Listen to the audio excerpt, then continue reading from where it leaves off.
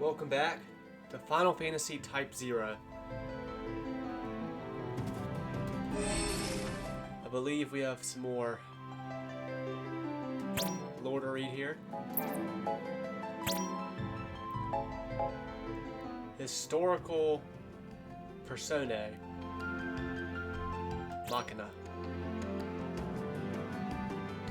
What a shorty, he's only 5'9". Fuck you for being short. Rem's childhood friend and one of the newest members of Class 0, Machina is easily one of the most talented cadets in all of academia. He holds himself to extremely high standards, although this makes him appear standoffish at times. Talking to him reveals he is, in actuality, a friendly but serious star pupil.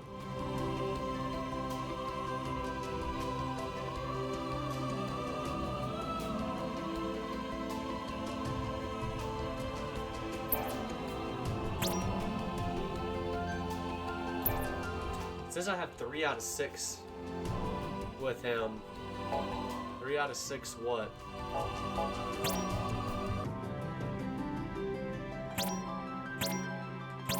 Oh, I see. Severed from their crystal's blessing. During the Militesi assault on Academia, the Imperial forces deployed 2 crystal jammers to suppress the Dominion's magic. One aboard a dreadnought, and another built into a Magitech armor. And we're just pulling stuff from all the Final Fantasies. Dreadnought from Final Fantasy II, Magitech armor from Final Fantasy VI. Severed from their crystal's blessing, Rubum's cadets, legionaries, and l'Cie were left all but powerless. And l'Cie, of course, is from 13. But when the l'Cie Quinmi stepped out of her MA to engage Dominion legionaries hand-to-hand, Class 0 destroyed the jammer aboard the Imperial Dreadnought, temporarily restoring the use of magic and creating an opportunity for cadets like Machina and Rem to launch a counteroffensive. Realizing the danger of the situation, Quinmi quickly returned to her MA and reactivated the second jammer, but it was too late. Class 0 arrived on the scene and made quick work of the device, destroying Quinmi's MA in the process and foiling the Empire's campaign to capture Academia.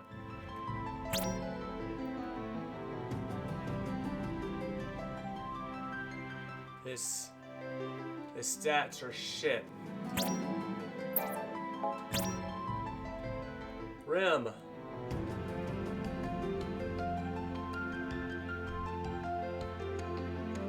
This well-mannered and kind-hearted girl recently transferred into Class 0 from Class 7. Rem is a terrible liar, even though she insists otherwise. Try as she may, she is absolutely unable to fool her closest friends since childhood. She and Machina maintain a playful academic rivalry. To date, she has outperformed him on all written exams.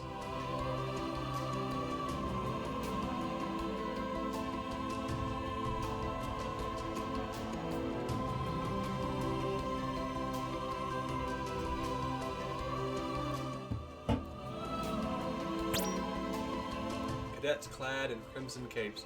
Students begin their life at Academia as trainees. Those deemed as having potential are promoted to Agito Cadet and trained to become saviors of Orient. Cadets also receive a number of enticing freedoms and privileges, so trainees are encouraged to strive for excellence.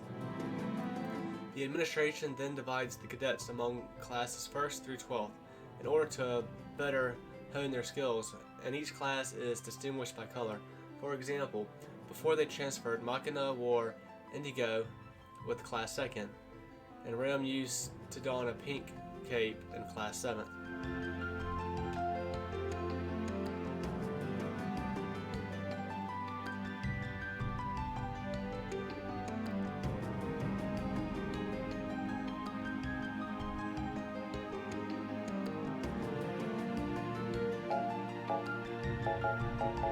However, though the efforts of Dr.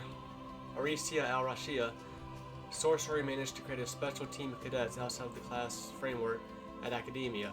This elite group, known as Class 0, wears crimson capes to symbolize the Vermilion bird that defends the Dominion. Legend has it that several Class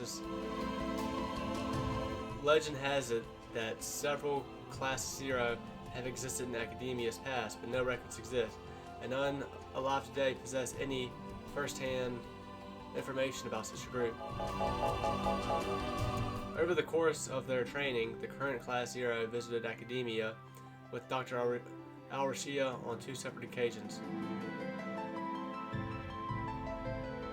Although they spent most of their time at a remote facility away from the main campus, the 12 members of Class 0 would not escape the prying eyes of their fellow cadets. Many students took note of the heretofore unseen crimson capes, and rumors of a mysterious new class spread like wildfire throughout the school. Ace. Ace is a year younger, it seems. He has a date of birth here. Interesting.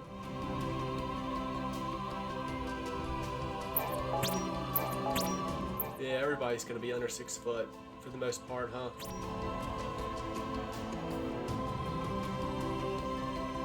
Because that's just because Asians are short.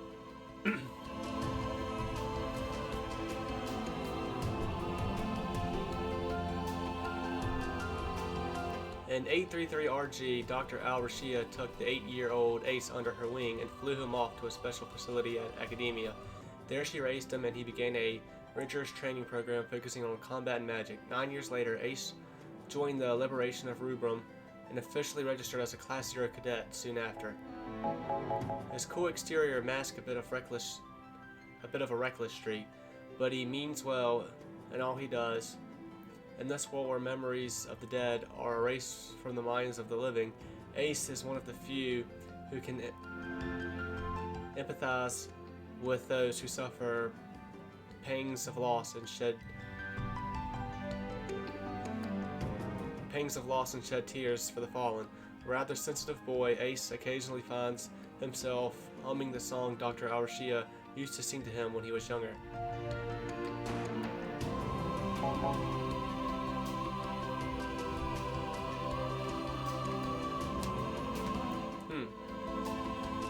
Did he become an orphan at 8 years old, or was he always an orphan, and when he was 8, he met the doctor? Man, she really is kind of like your mom. 44 kill count.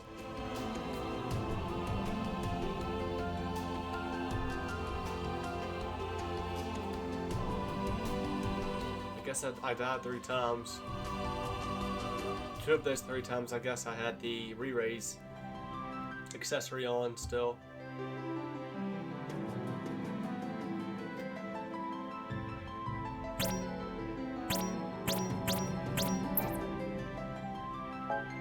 Deuce. The sorcery division took Deuce into their custody when she was a mere 7 years old and quickly initiated her training. She demonstrated a natural talent for casting defense magic, a talent she put to good use in the Rubrum Liberation of 842. She enrolled in Class 0 not long after the operation. Warm and welcoming, Deuce is respectful and understanding toward everyone she meets. However, she is also quite serious and straightforward, and her stubborn adherence to what she believes is occasionally met with frustration.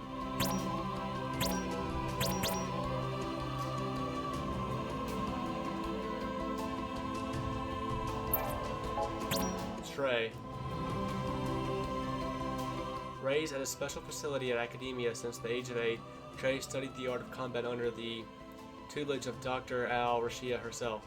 He participated in the liberation of the Dominion 9 years later and joined Class 0 immediately afterward. Cool, calm, and collected inside and out, Trey takes pains to maintain a pristine image lest someone finds some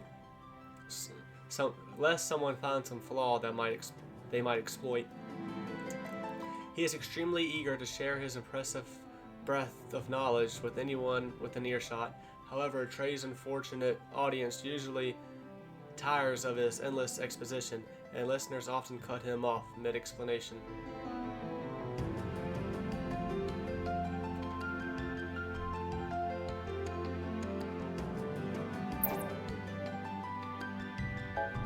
Cater. Cater has trained at one of sorcery's special facilities since the age of 8, studying how to wield a magicite pistol and cast all sorts of spells. She finally put her skills to the test in 842 when the Militesi Empire invaded Academia and passed with flying colors. She later joined Ace and the others as a member of Class 0. There is no beating around the bush with Cater. She is very clear about what she wants and extremely confident that she can obtain it. She tends to be impulsive at times, but her honest, off-the-cuff style can be rather refreshing. Cater hates losing, and she refuses to let anyone or anything get her down. She keeps magicite in her knapsack to power her magic pistol, and don't even think about touching it.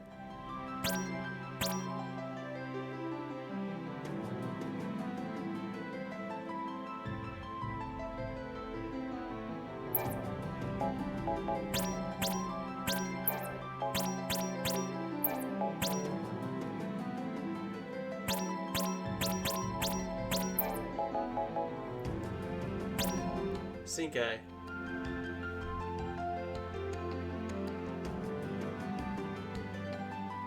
In 833, Dr. Al-Rashia whisked Cinque off to a special center near Academia in hopes of honing her destructive tendencies.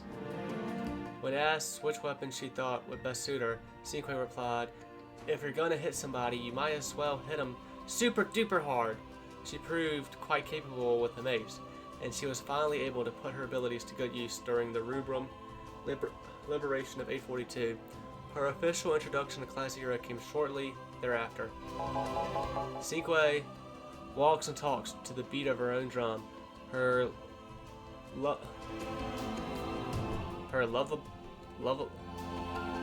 lovably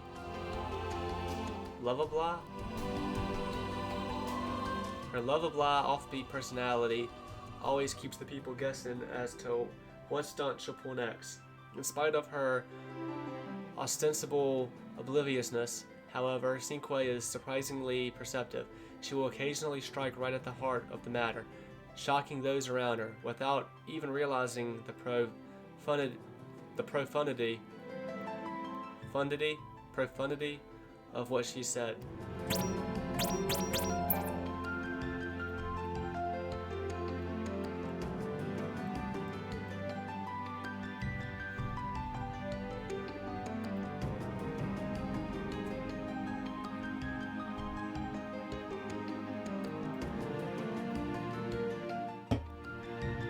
Sice.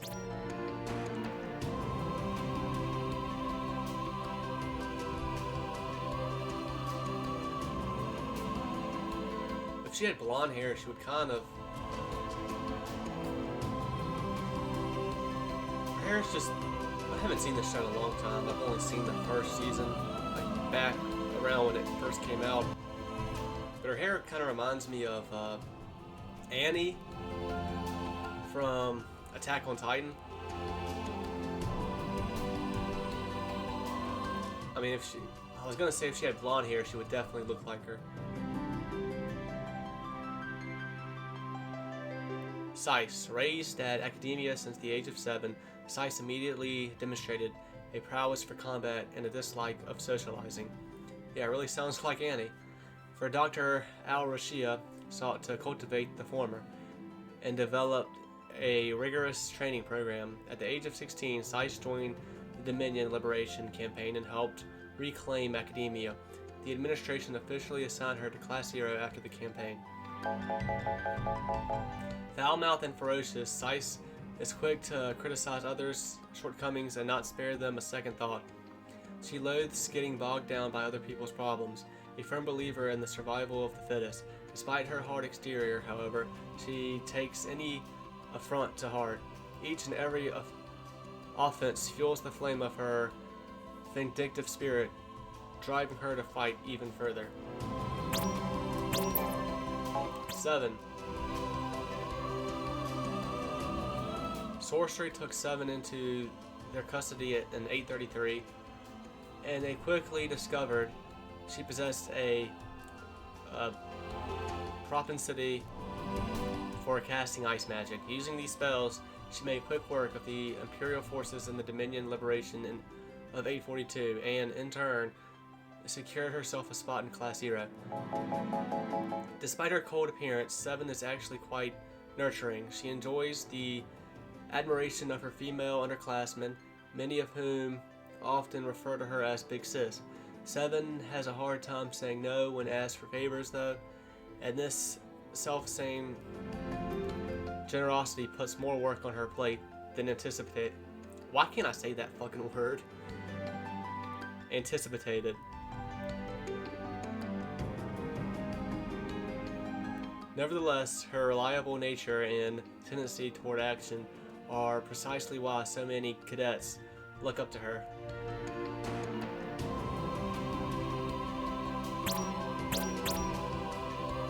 When did I execute commands with her? Oh, maybe she was in that last battle.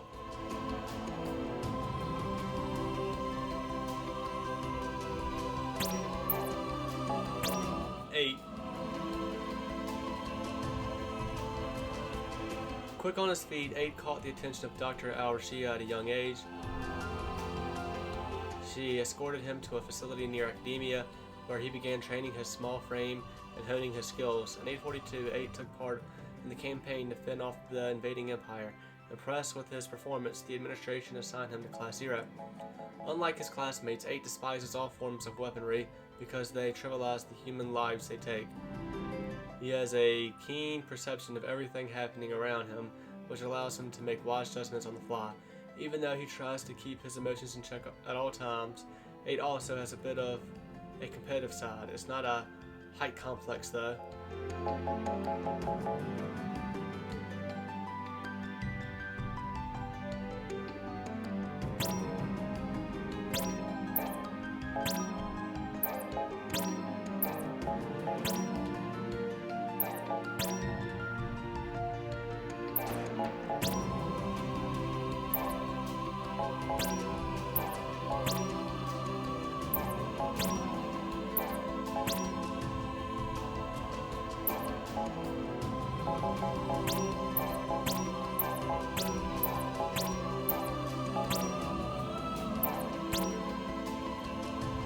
Trey is 6 foot.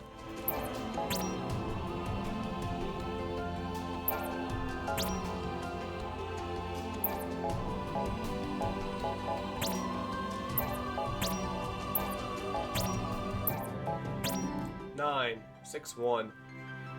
Hoping to channel his abundant energy into something more productive. I don't know why I keep mentioning the height.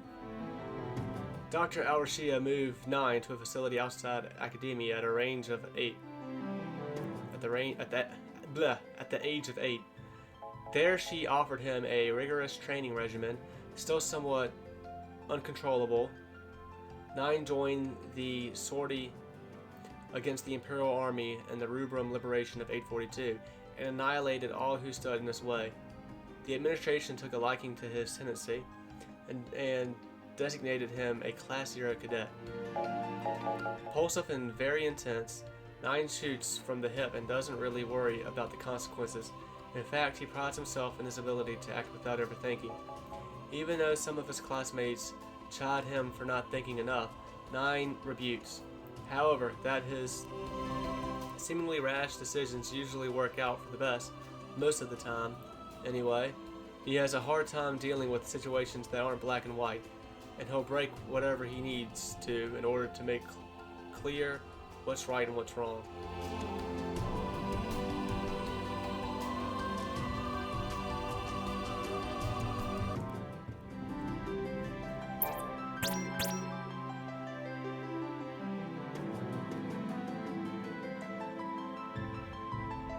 So the stats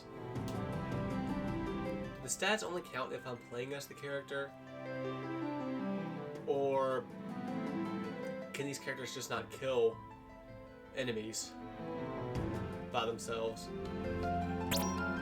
because he only has to kill count of 1.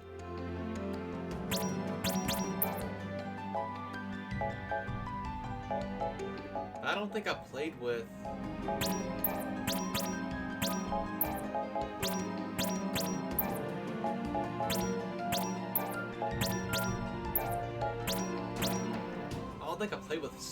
I didn't play as 7 when she was in the party, I don't think. Her commands executed stat went up, and her dodges perform stat went up. So that makes me believe that my party members are just shit. They can't fucking do enough damage or kill any enemies.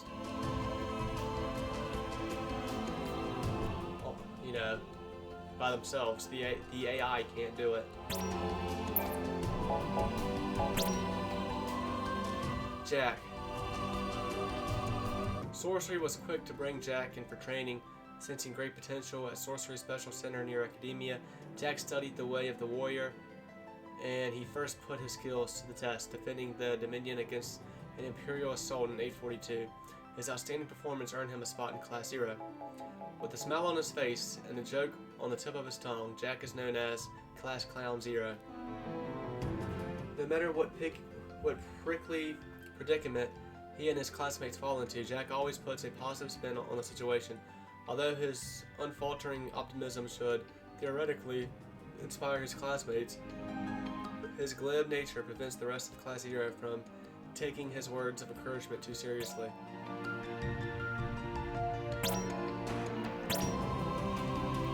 Yeah, this was the guy I had to switch to do the killing blow on that boss. Queen. Dr. Al-Rashia immediately recognized Queen's impressive intellect. At the tender age of 8, Queen moved to a center outside Academia to train as a prospective Agito cadet. She demonstrated a particular prowess for casting lightning spells, and she employed those magic skills against the Empire in the Liberation Campaign of 842. The decision to assign her to Class 0 was unanimous. A wise young woman of implacable integrity, Queen's personality is as straightforward as the long sword she wields. She is intolerant of all forms of injustice, and her rigid sense of morality has earned her the nickname of Class Leader. She is not Class Leader, she will have you know. Queen tends to make harsh comments, but she bears no ill will.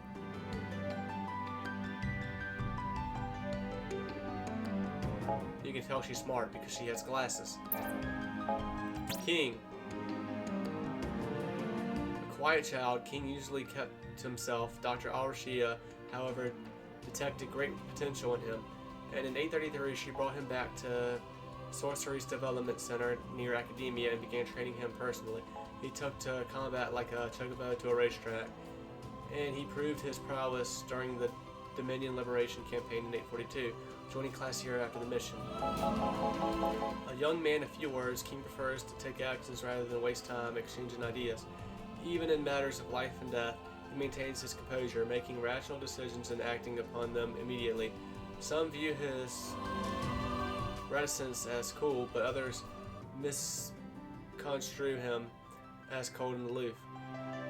In actuality, he's quite thoughtful. Unfortunately, however, his kindness doesn't always come across as clearly as he thinks it does.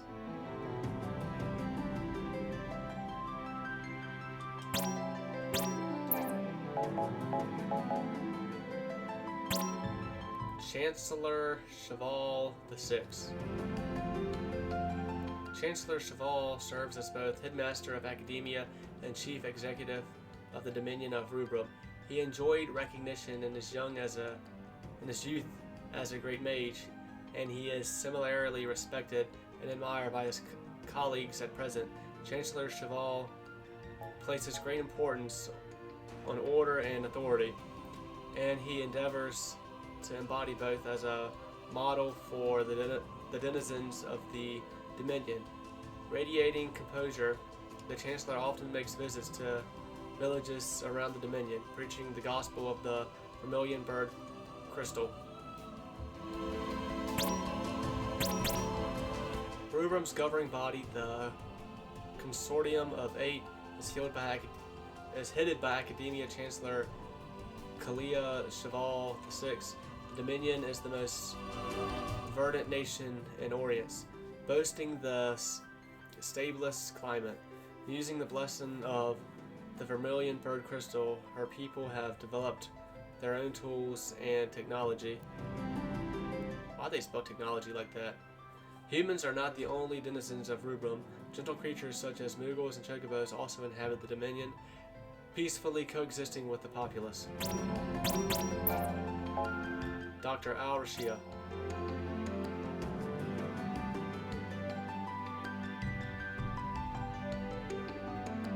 Yeah, I think I like that.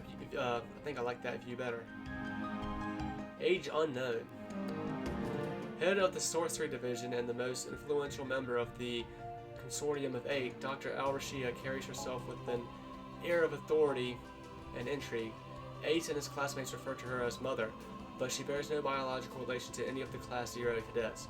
Although she is brilliant enough to single-handedly facilitate the development and improvement of the Dominion's magic, the Doctor has also earned a reputation for her rather brash and daring demeanor.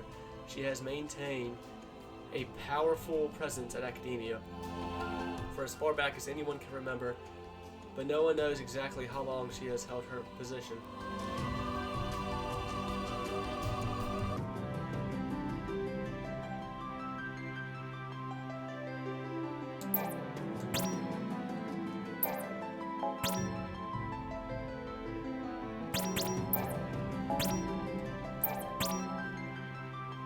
Why do I get the feeling her age being unknown is going to end up being important when it's all said and done?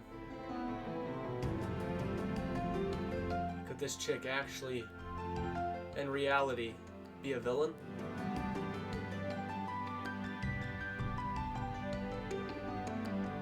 I'm getting possible villain vibes here, for whatever reason.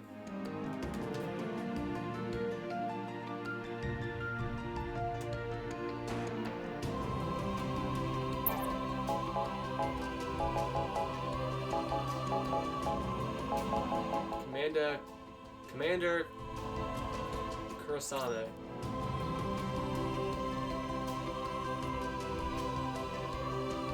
An Academia Tribune and Class 0's commanding officer, Kurosame is a no-nonsense straight shooter of a man, also known as the Ice Reaper.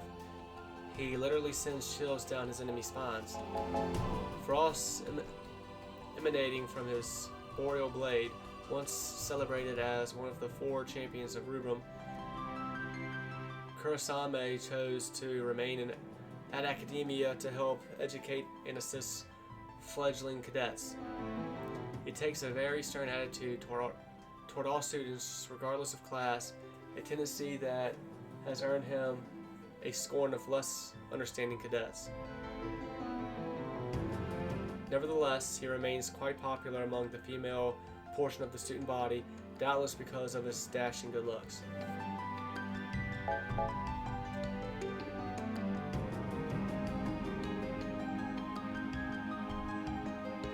This guy has such good looks that he can get the ladies by just showing half of his face.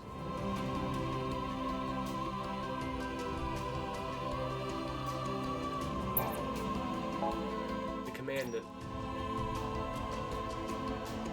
Leader of the Dominion Legions and a member of the Consortium of Eight, the Commandant is quick to decide it and even quicker to anger.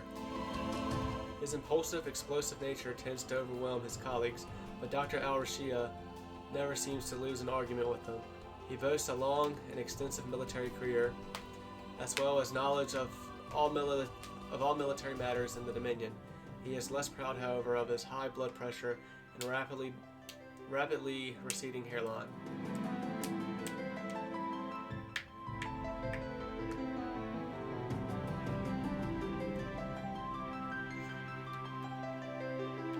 Why can't I get a zoom in on this guy?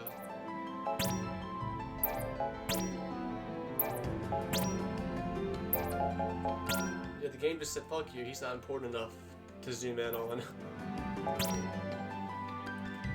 The Cadet Master. The Cadet Master serves as chairwoman of the Academia Administration. Of all the members of the Consortium of Eight, she is the one most sympathetic to the cadets' cares and concerns. She is well versed in Dominion history, able to recite dates and facts with incredible ease. The Cadet Master also possesses an impressive knowledge of eidolons, despite having only a tangential affiliation with sorcery.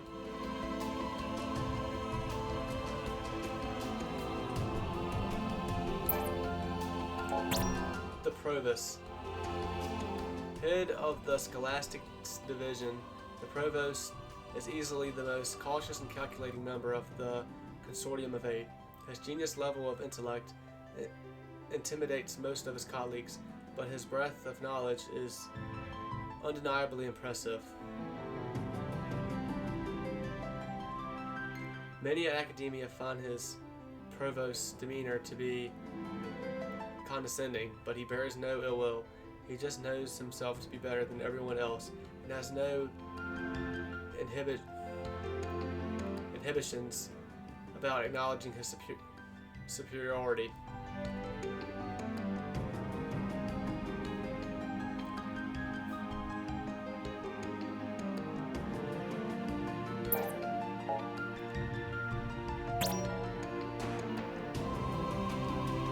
Tazuru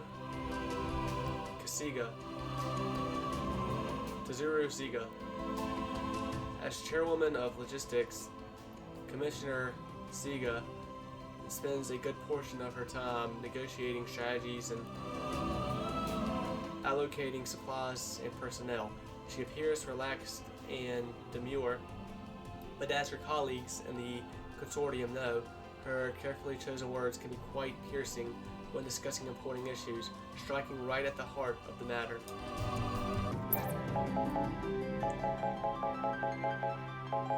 Arya. This barely audible orderly was assigned to assist Class 0. She never speaks unless spoken to, and even then she doesn't say much, but one cannot help but sense something buried behind her breathly muttering and mumbling.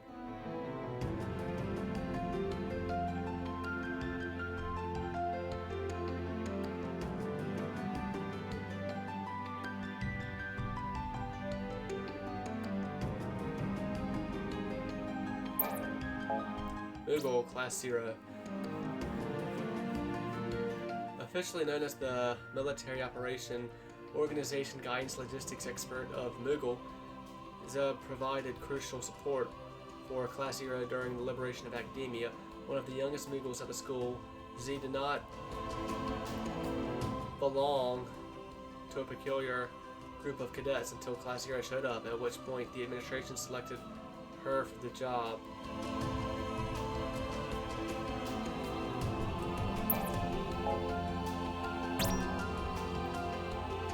Moogles classes 1st, 2nd, and 3rd.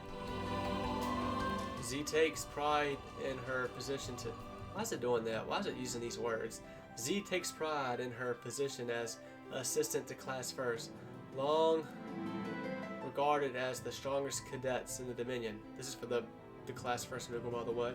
Ever since Class 0 came along and upstaged her kids, however, Z has come to view the Crimson Caped cadets as rivals. This Moogle expects the most out of herself and others, but Z also bears great respect for anyone who puts forth a solid effort. Z will even reward Class 0 in accordance with the amount of time they have spent exploring Orients. Class 2nd Moogle, highly confident in herself and her Class 2nd cadets, Z can come off as somewhat overbearing, often offering her sound advice without being asked. However, Z has also enjoyed great success on the battlefield, so her words of wisdom, welcome or otherwise, came from a place of considerable experience. Class 3rd Moogle, detached and honestly quite depressing. Z is a Moogle of few words. Z is rather shy, rarely speaking unless spoken to. Once you get to know her, however, Z will transform into an ever-flowing fountain of sarcasm and negativity. Still, Her persistent pessimism is just part of her charm.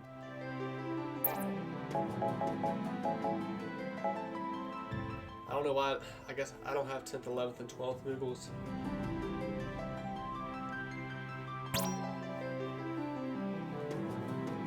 Class 4th Moogle, compassionate and kind-hearted.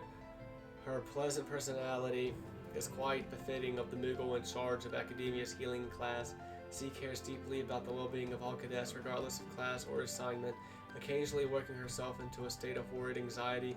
Z also tends to believe anything Z hears, and said gullibly leads her to be a little too trusting. Class 5th Moogle, love, friendship, hard work, justice, and all your bros. According to her, those 5 things are all one needs to succeed in life. Z is also a passionate Moogle, encouraging her Class 5th cadets and all others to do their best and strive for greatness. Less impassioned cadets, however, are quick to dismiss her sermons, countering with detached derision. Class 6 Moogle, a bit of an airhead, this Moogle always seems to have her head in the clouds. Z speaks her mind with no filter. Unaware of social taboos and Fox Pass, Z also has a bit of an inferiority complex, harboring one-sided feelings of rivalry toward the more celebrated Black Mages in Class 3rd, in particular towards the Class Moogle.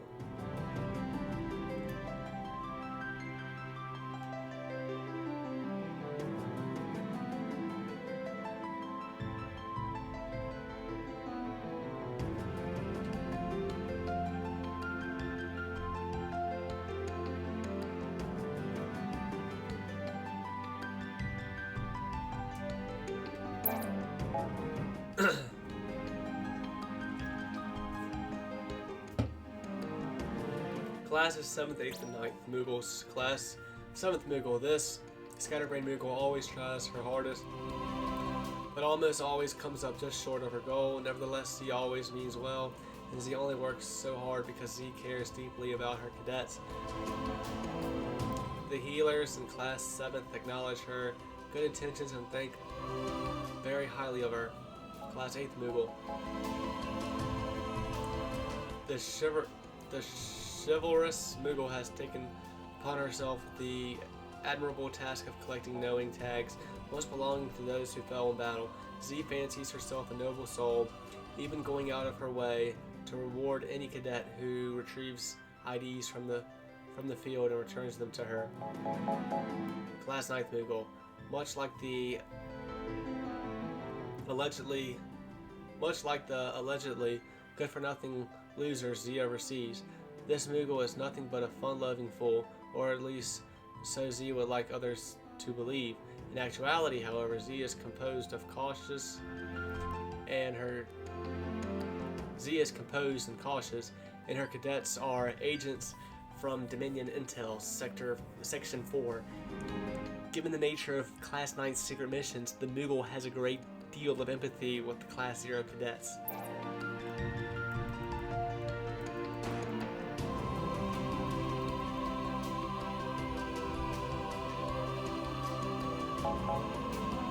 Rubrum Tonberry. Where the fuck is this thing at? Born on the Isle of the Dragon Sanctuary, this Tonberry serves as Kurosame's attendant. Injured in a skirmish with a lesser Lopris, Tonberry was immobilized and struggling to survive when Kurosame stumbled upon him and saved his life. Tonberry shared the story of the kind young man who rescued him, and the Tonberries in and around Amateur have been friendly toward humans ever since.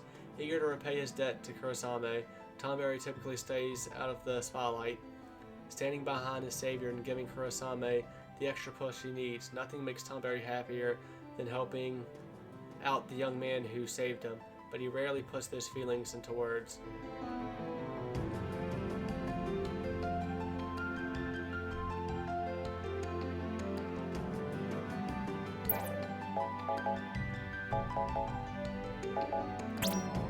Izana. Oh shit, this is Machina's brother? I didn't realize that. Machina's brother and a prominent Dominion Legionary, Izana received a set of special orders at the beginning of the Academia Liberation. His objective was to cut through enemy lines and cross the battlefield in order to deliver a communication device to Ace. Determined to make his little brother proud, Izana set out to complete his mission. Little did he know, however, the mission would be his last.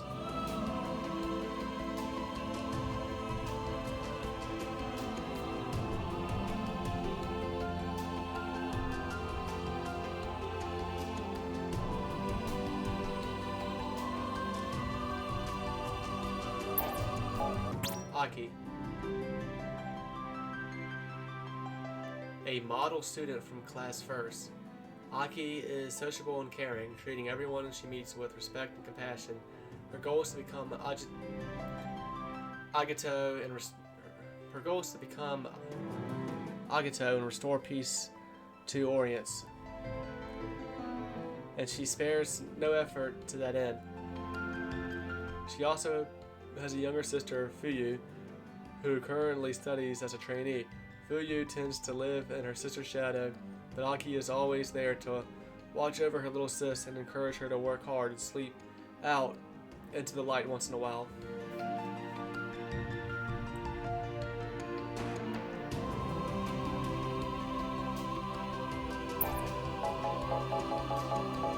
General Bashtar?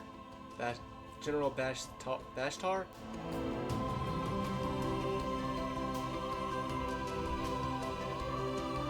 General Bashtar, a member of the Militesi nobility and a brigadier general in the Imperial Army. Quator Bashtar serves as Marshal Alstein's right-hand man, but not perhaps without some reservations. Nevertheless, General Bashtar is the finest MA pilot in the Empire, and he often assists in the development of new models by testing them out himself. In spite of his rank, he also accompanies his men out on the front lines, often turning the tide of battle with his own two hands. His military prowess has earned him several epithets such as White Thunder, the White Reaper, and the Unscathed. Well, he doesn't go unscathed always, because dude only has one eye.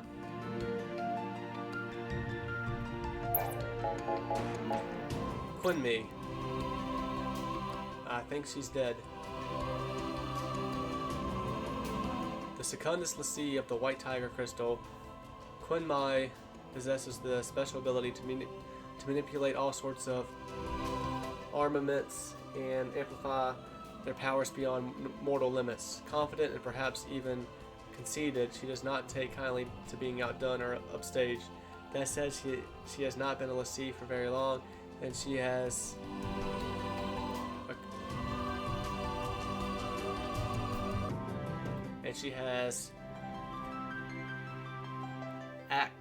acquisted her current position for now.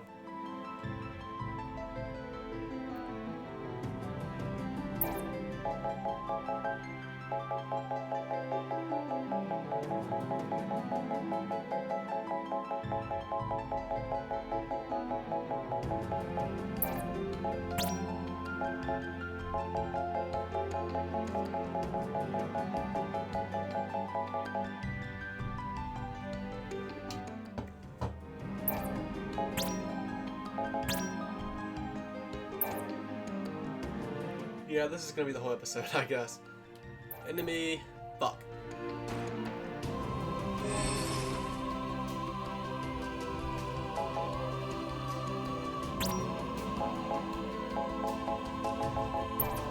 Enemy, Enemy, compendium?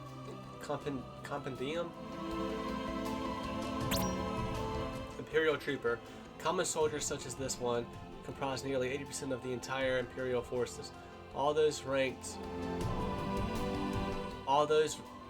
officer or below are fundamentally required to don the same green garb, whereas highly ranking officers often receive enhanced armor.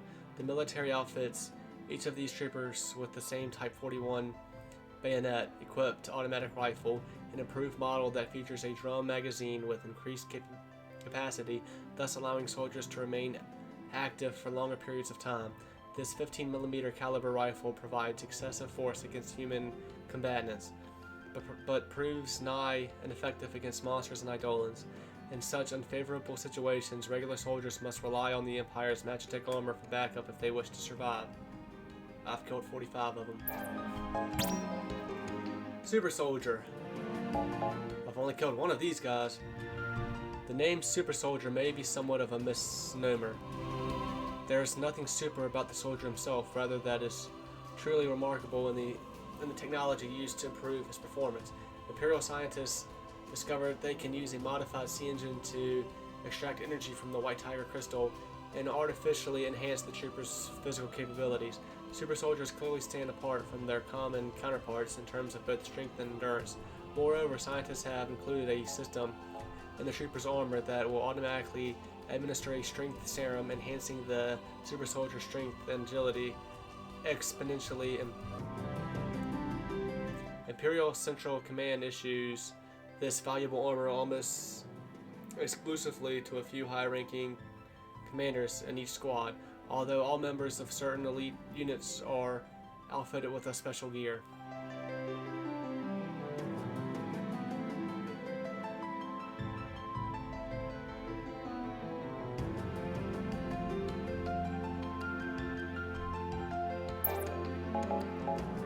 RPG role-playing game, 155 gunner. Outfitted with Type-0 155mm anti-personnel recoilless rifles, these soldiers are extremely helpful for taking out human enemies, more specifically Dominion legionaries. So long as the operators can maintain a proper distance, their shots can tear right through the Dominion's defenses, including wall and protect spells. Conversely, gunners are at a considerable disadvantage to close quarters combat, and the ever so slight recoil from their not exactly recoilless rifles leaves them quite vulnerable after firing.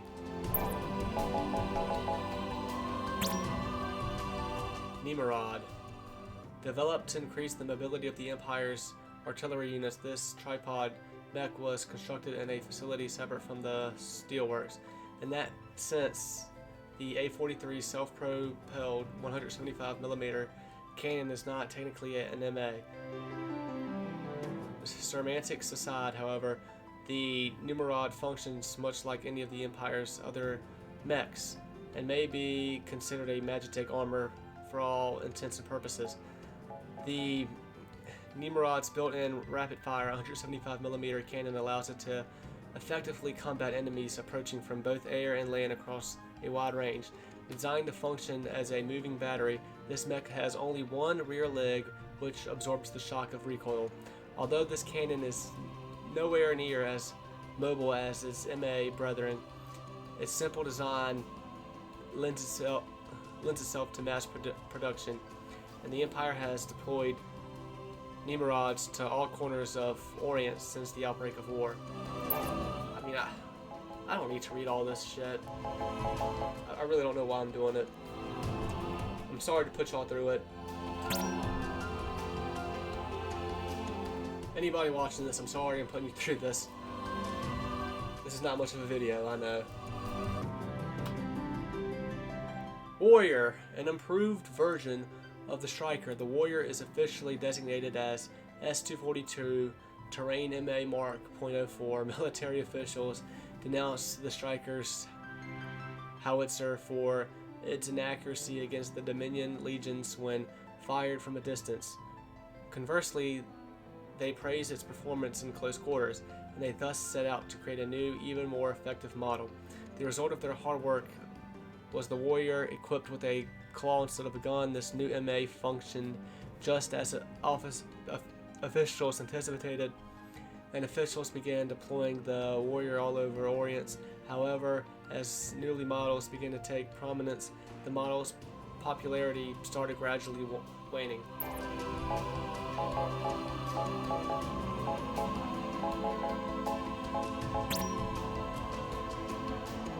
Dainsleif. The first Magitech armor produced exclusively for LSC, the Dainsleif was also the first Militesi mech equipped with crystal jamming capabilities.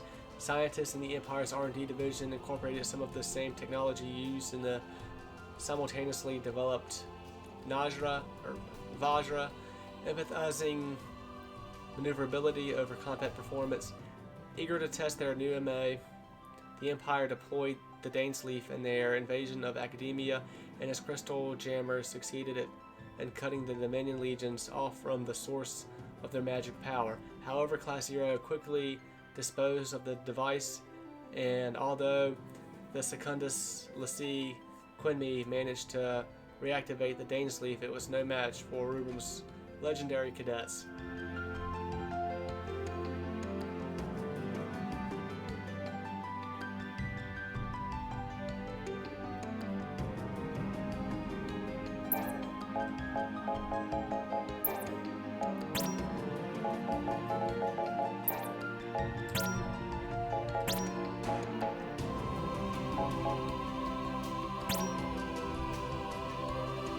Changing characters triggering events. Some events in Academia can only be triggered by using certain characters. Attempting to initiate an event with a different character will earn you a hint as to who will trigger the sequence. Change active members at relic terminals. Right.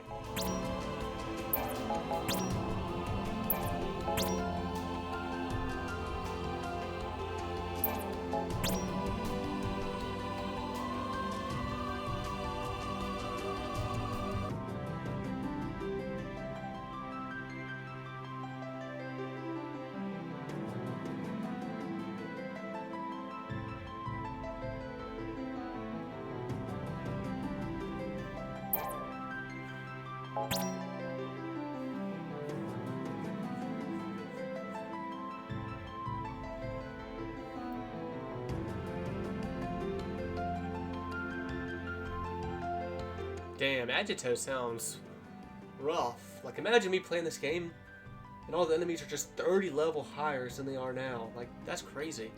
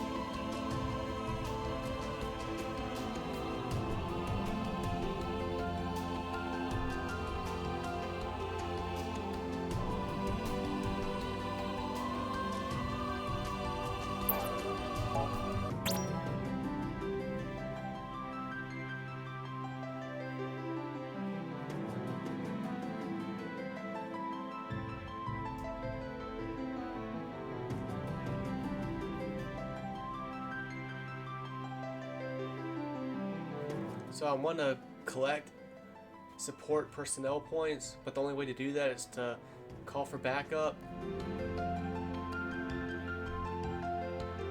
So I can get the support personnel, so I can get support personnel points. So do I just always want to call for backup all the time, always? So I can collect the points and be able to earn a higher SP rank to access exclusive spells and equipment?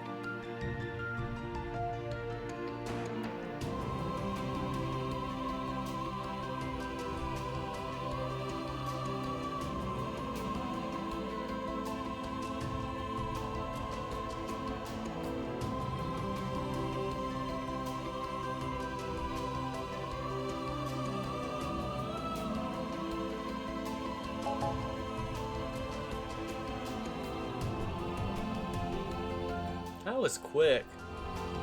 Half allies casting time. Why does it say it like that? Can I not use it on the enemy? Wouldn't I rather have the enemy's casting time be halved?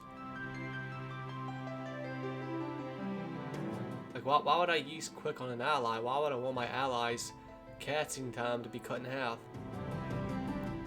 And again, like, that doesn't make any sense. Why is it called quick then if it makes you slower?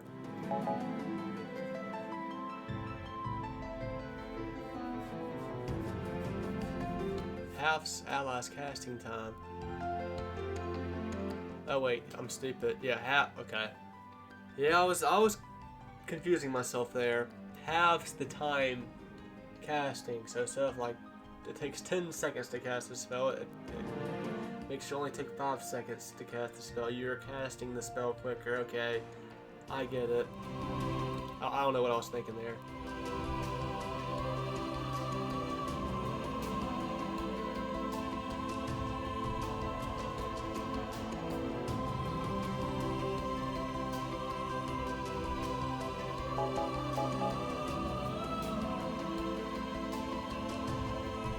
I still don't know why silence says disable allies' use of magic. Why would I want to disable my allies' use of magic? That one doesn't make any sense. Why would I want to use silence on an ally? I use that on enemies.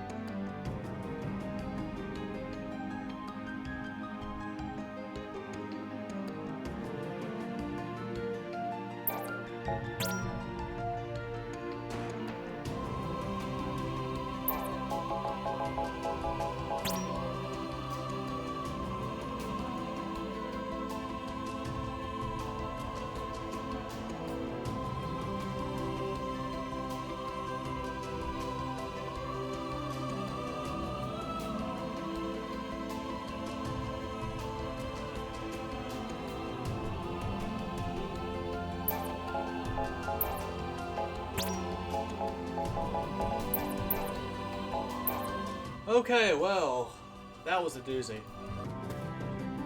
Well, that's gotta be the most boring episode I've ever recorded in my whole history of recording video games for YouTube. But anyway, I'm gonna have to end this one here. And until